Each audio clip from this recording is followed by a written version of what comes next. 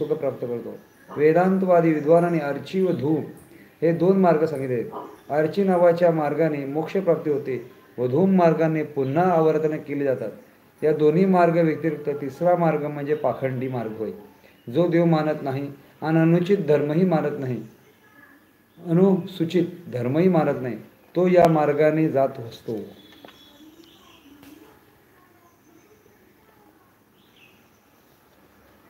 शिवपूजन वर्णन. नारद म्हणाले, यांनी नंतर संयम व क्रियायोग यांनी युक्त हे तपोमूर्ती व लोमश मुनीवर होते. त्यांचे मार्गदर्शन केले. ते कपिल वर्णाचे जटा धारण करणारे धृत विकसित अग्निप्रमाणे तेजस्वी दिसणारे असे होते. त्यांना छायेसाठी सौम्य हस्तामध्ये तृण समूह धरला होता.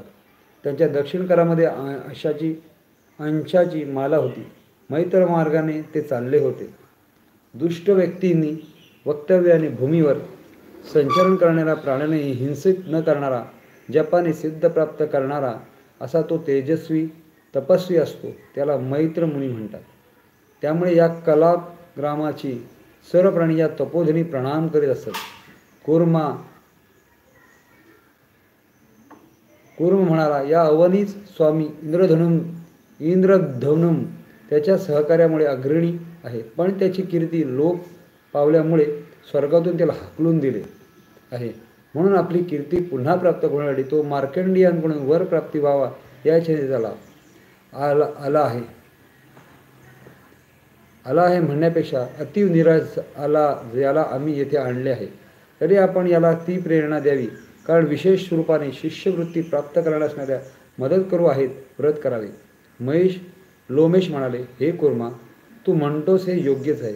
पुरातन धर्मशास्त्राला या एका उत्तम गोष्टीने तू आज मला स्मरण करून दिलीस. नंतर ते राजाला म्हणाले, तुझ्या हृदयातील सर्व शंका दूर व सार पूर्ण विश्रब्द अशा रूपाने येथे बोल. तुला कोण काय दिले आहे? राजा इंद्रधूम म्हणाला, महर्षी, आपण सांगा की अशा ग्रीष्मकाली रवी डोक्यावर असूनही आपल्या कुटीवर ही छाया कशी काय उत्पन्न झाली? यावर मुनी म्हणाले, मूर्ती ही आवश्यक गोष्ट आहे. ही काय एक दिवस पडणारच. अशा या अनित्य जगाला घर, सावली, कायेला जपणे या गोष्टी हव्यातच कशाला? जो अमर आहे, अमृतपान केला आहे व ज्याचा मित्रच मृत्यू आहे, त्यांनी असाच विचार करावा की हा मृत्यूच उद्याच मला भेटायला येणार आहे. कारण अनेक युगायुगापासून निर्माण झालेल्या या दिवसाचीही रात्र विलीन होते. मरणकालाच्या बाबतीत तरी काय करा सांगावे? त्या बाबतीत आपण सर्व अज्ञ असतो. प्रत्येक कार्य कारणामुळेच होत असते. हे शरीर शुक्राने बनलेले आहे, म्हणले जणू अंगारच. यांची शुद्धी कशी करावी? म्हणून अशा अनित्य व अशुद्ध शरीराचे 6 शत्रू आहेत. ते शत्रू माणसाला पाप करायला लावतात. त्या पापाने मात्र प्राणी कधी लज्जित होत नाही. निगमाने कथित केल्यामुळे आपण श्रवण पठण तो सदा जीवित राहील काय? मायेने विवेकहीन बनलेल्या पुरुषाला षड्रूप ग्रासून टाकतात व त्याला 100 वर्षाच्या आयुष्यातही आपल्या मृत्यूचे ज्ञान होत नाही. तोंडातील दात अस्थिर होत आहेत. लक्ष्मी ही तशीच अस्थिर आहे. यौवन, जीव हेही स्थिरता विरहित आहेत. हे राजा, म्हणून माणसाने केलेले दान हेच काय ते गृहीत असते. इंद्रधूम म्हणाला, या वनत्रयामध्ये आपण एक चिरायू आहात असे ऐकले आणि म्हणूनच आपल्याजवळ आलो. मग आपण असे कसे म्हणता? लाईक करा, शेअर करा, सबस्क्राईब करा, बेल आयकॉन दाबायला विसरू नका. जास्तीत जास्त लोकांना पोचवा. लोमेश म्हणाले, प्रत्येक कल्पानंतर माझ्या शरीरात एक रोम नाश पावतो. पुढील कल्पात ते कमी कमी होत जातात. अर्थात अशी एक वेळ येईल की त्यावेळी हे शरीर नाश पावेल. म्हणूनच मी विचार केला की मरायचे तर आहे तर गृहे हवेतच कशाला? नारद म्हणाले, राजा अतिशय विस्मित झाला होता व त्याने आयुष्याचे कारण विचारले होते. आपले सर्व जे आयुष्य आहे ते आपल्याला विशाल दान व तपाचा प्रभाव आहे.